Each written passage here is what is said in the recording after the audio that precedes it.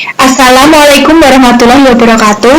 Kami dari kelompok 3 yang beranggotakan saya Irma Yuliana, Bima Nur Ramadhani, Desi Fitriani, Risa Mirasanti akan mempresentasikan tentang materi pengembangan kurikulum pendidikan IPS. Pengertian kurikulum. Pengertian kurikulum secara etimologis, istilah kurikulum berasal dari bahasa Yunani, yaitu pelari dan tempat berpacu. Istilah kurikulum tersebut awalnya digunakan dalam olahraga, yaitu pelari dan tempat berpacu. Pengertian kurikulum berdasarkan istilah disesuaikan dalam dunia pendidikan dengan pengertian sejumlah mata pelajaran yang harus ditempuh oleh siswa di awal hingga akhir program pendidikan demi memperoleh ijazah sebagai hasil akhir.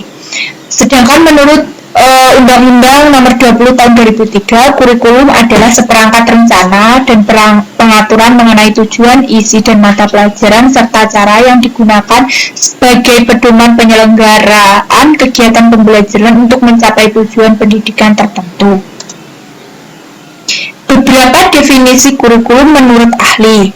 Menurut Galen Saylor dan William M. Alexander dalam buku yang berjudul The Book Curriculum Planning for Better Teaching and Learning, menurutnya kurikulum yaitu usaha untuk mempengaruhi anak dalam belajar, baik di dalam ruang kelas, di dalam sekolah, ataupun di luar sekolah, itu termasuk kurikulum. Kurikulum juga meliputi kegiatan ekstrakurikuler. Menurut Harold B. Albertis, dalam Reorganizing the High School Curriculum, menurutnya kurikulum tidak terbatas pada mata pelajaran, akan tetapi juga meliputi kegiatan lain di dalam maupun di luar kelas yang berada di bawah tanggung jawab sekolah. Yang selanjutnya yaitu dimensi kurikulum. Menurut S. Hamid Hasan tahun 1988 menjabarkan bahwasannya setelah diteliti ada 4 dimensi kurikulum dalam pendidikan sosial. Di antaranya kurikulum sebagai ide, kurikulum sebagai rencana tertulis, kurikulum sebagai proses, dan kurikulum sebagai hasil belajar siswa. Kurikulum dalam pendidikan sosial juga memiliki dimensi yang menjadi bukti nyata, yaitu kurikulum menjadi ilmu yang dapat diperoleh dan dikembangkan dalam pembelajaran. Selain itu, kurikulum juga menjadi sebuah sistem dalam proses pendidikan, dan yang terakhir, kurikulum menjadi sebuah rancangan atau rencana dalam pendidikan. Terdapat 6 dimensi kurikulum, yaitu kurikulum menjadi sebuah konsep atau ide. Yang dimaksud kurikulum sebagai suatu ide itu bersifat dinamis, dalam arti akan selalu berubah mengikuti perkembangan zaman, minat dan kebutuhan peserta didik, tuntutan masyarakat, ilmu pengetahuan, dan teknologi.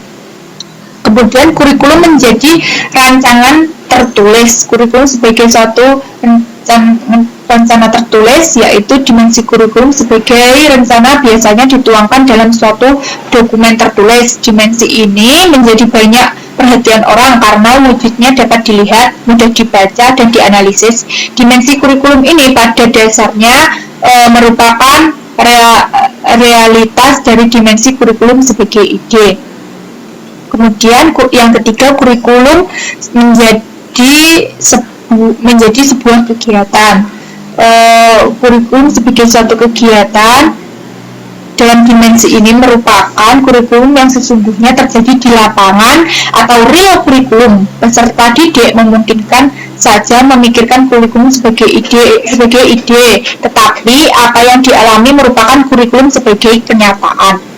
Kemudian yang keempat, kurikulum sebagai hasil belajar. Kurikulum sebagai hasil belajar adalah kurikulum, tetapi kurikulum bukan hasil dari belajar. Pernyataan ini perlu dipahami sejak awal karena banyak orang yang tahu bahwa hasil belajar merupakan sebagian dari kurikulum, tetapi kurikulum bukan hanya hasil belajar. Banyak juga orang tidak tahu bahwa pengertian kurikulum dapat dilihat dari dimensi hasil belajar karena memang tidak dirumuskan secara formal. Yang selanjutnya yaitu kurikulum sebagai suatu disiplin ilmu. Sebagai suatu disiplin ilmu, berarti kurikulum memiliki konsep, prinsip, prosedur, asumsi, dan teori yang dapat dianalisis dan dipelajari oleh pakar kurikulum, peneliti peneliti kurikulum, guru atau calon guru, kepala sekolah, pengawas atau tenaga pendidikan lainnya yang ingin mempelajari tentang kurikulum. Kurikulum sebagai suatu sistem, yaitu kurikulum merupakan bagian yang tak terpisahkan dari sistem pendidikan, sistem persekolahan, dan sistem masyarakat. Suatu sistem kurikulum di sekolah merupakan sistem tentang kurikulum apa yang akan disusun dan bagaimana kurikulum itu dilaksanakan. Kemudian yang selanjutnya yaitu program pendidikan IPS komprehensif adalah program yang mencakup 4 dimensi, yaitu dimensi pengetahuan mencakup fakta, konsep, dan generalisasi. Fakta adalah data yang sesuai atau spesifik berkaitan tentang peristiwa, objek, orang, dan hal yang terjadi. Konsep adalah kata atau frase yang mengelompokkan kategori dan memberikan arti terhadap fakta yang terkait. Kemudian dimensi keterampilan mencakup keterampilan meneliti, berpikir, partisipasi sosial, dan berkomunikasi. Yang selanjutnya dimensi nilai dan sikap, terdiri dari sikap substansif dan nilai prosedural. Terdiri dari substansif yaitu keyakinan yang telah dipegang oleh seseorang dan umumnya hasil belajar bukan hanya menyampaikan informasi semata, dan nilai prosedural yaitu nilai yang perlu dilatih atau dibelajarkan, antara lain kemerdekaan, toleransi, kejujuran, menghormati kebenaran, dan menghargai pendapat orang lain. Yang terakhir, dimensi tindakan merupakan dimensi yang penting karena tindakan dapat memungkinkan peserta didik menjadi aktif. Selanjutnya, teori dan landasan kurikulum pendidikan IPS.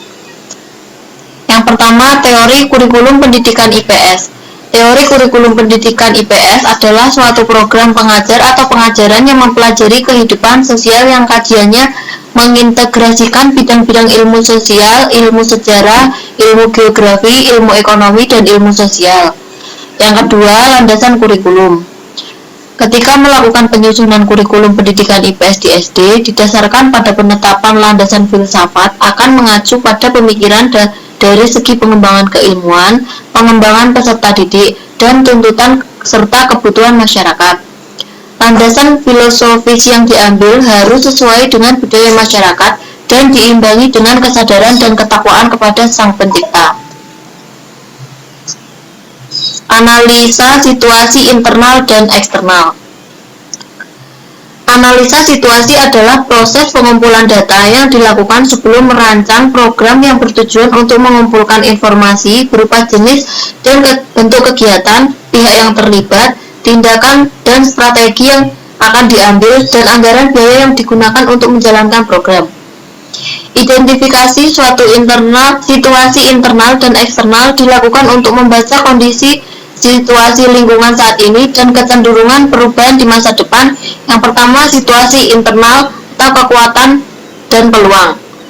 Yang pertama, kekuatan.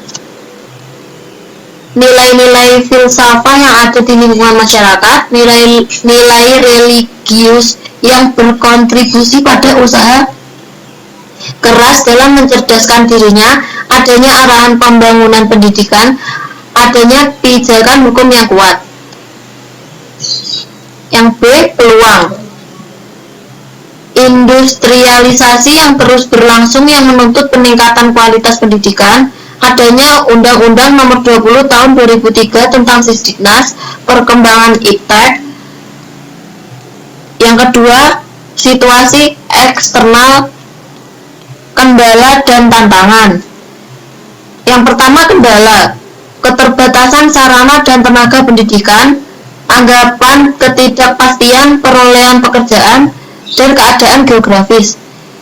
Yang kedua, tantangan, posisi geografis, peraturan yang belum mampu memenuhi tuntutan, dan kecenderungan pemanfaatan iptek yang masih rendah. Analisa disiplin ilmu dalam pendidikan IPS. IPS sebagai mata pelajaran di tingkat sekolah dasar pada hakikatnya merupakan suatu integrasi utuh dari disiplin ilmu sosial dan disiplin ilmu lain yang relevan untuk tujuan pendidikan. pendekatan kurikulum. Pendekatan pengembangan kurikulum menunjuk pada titik tolak atau sudut pandang secara umum tentang proses pengembangan kurikulum. Pendekatan-pendekatan yang digunakan, yang pertama pendekatan subjek akademik, yaitu pendekatan subjek akademik menggunakan bidang studi atau mata pelajaran sebagai dasar organisasi kurikulum, misalnya matematika, sains, sejarah, IPS, IPA, geografi, dan sebagainya. Yang kedua, pendekatan humanistik. Pendekatan humanistik berpusat pada siswa dan mengutamakan perkembangan afektif siswa sebagai prasyarat dan sebagai bagian integral dari proses belajar. Yang ketiga, pendekatan teknologis. Penekanan pada kompetensi, pengembangan dan penggunaan alat dan media pengajaran bukan hanya sebagai alat bantu, tetapi bersatu dengan program pengajaran dan ditunjukkan pada penguasaan kompetensi. Yang terakhir, pendekatan rekonstruksionisme. Pendekatan ini disebut rekonstruksi sosial. Kurikulum rekonstruksi sosial sangat memperhatikan hubungan kurikulum dengan sosial masyarakat dan politik perkembangan ekonomi. Perkembangan kurikulum K13 mata pelajaran IPS. Salah satu ciri kurikulum 2013 khususnya untuk SD adalah persifatan tematik integratif. Dalam pendekatan ini mata pelajaran IPA dan IPS sebagai materi pembahasan pada semua mata pelajaran. Prosesnya, tema-tema yang ada pada dua pelajaran itu diintegrasikan ke dalam sejumlah mata pelajaran. Untuk IPA menjadi materi pembahasan pelajaran bahasa Indonesia, matematika, dan lain-lain. Untuk IPS menjadi materi pembahasan pelajaran PPKN bahasa Indonesia dan lain-lain. Selanjutnya adalah analisis kurikulum K13 mata pelajaran IPS. Yang pertama adalah perubahan IPS yang dari implementasi kurikulum lama, yaitu dalam materi disajikan terpisah menjadi geografi, sejarah, ekonomi, sosiologi. Dalam kurikulum baru, materi disajikan terpadu, tidak dipisah dalam kelompok geografi, sejarah, ekonomi, sosiologi. Selanjutnya, yang kedua adalah implementasi kurikulum lama, yaitu tidak ada platform, semua kajian berdiri sejajar. Kurikulum baru menggunakan geografi sebagai platform kajian dengan pertimbangan semua kejadian dan kegiatan terikat dengan lokasi. Selanjutnya adalah implementasi kurikulum lama, diajarkan oleh guru berbeda atau tim teaching dengan sertifikasi berdasarkan masa kajian.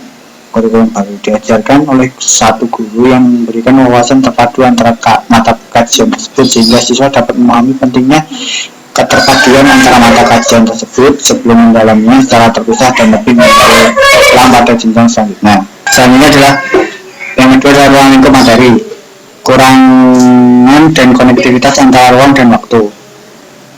Keruangan dan konektivitas antara ruang dan waktu. Perubahan masyarakat Indonesia pada zaman praksara, zaman Hindu-Buddha dan zaman Islam, zaman penjajahan dan tumbuhnya semangat kebangsaan, masa pergerakan kemerdekaan sampai dengan awal reformasi.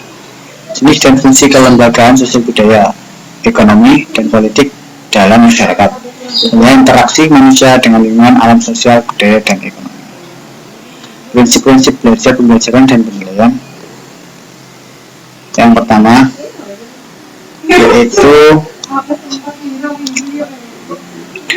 keterampilan berpikir. Dan ini yaitu kemampuan mendeskripsikan, mendefinisikan, mengklarifikasikan, membuat hipotesis, membuat generasi, memprediksi, membandingkan, dan mengontrakkan dan melahirkan ide-ide baru. Keterampilan akademik ini yaitu kemampuan membaca, menelaah, menulis, berbicara, mendengar, membaca, dan menginterpretasi peta, membuat garis besar, membuat grafik, dan membuat catatan. Yang ketiga, keterampilan penelitian. Keterampilan penelitian yaitu mendefinisikan masalah, merumuskan suatu hipotesis, menemukan dan mengambil data yang berhubungan dengan masalah, menganalisis data, mengevaluasi hipotesis, dan menarik kesimpulan, menerima, menolak, atau memodifikasi hipotesis dengan tepat. Terima kasih atas perhatiannya. Sekian presentasi dari kelompok kita. Assalamualaikum warahmatullahi wabarakatuh.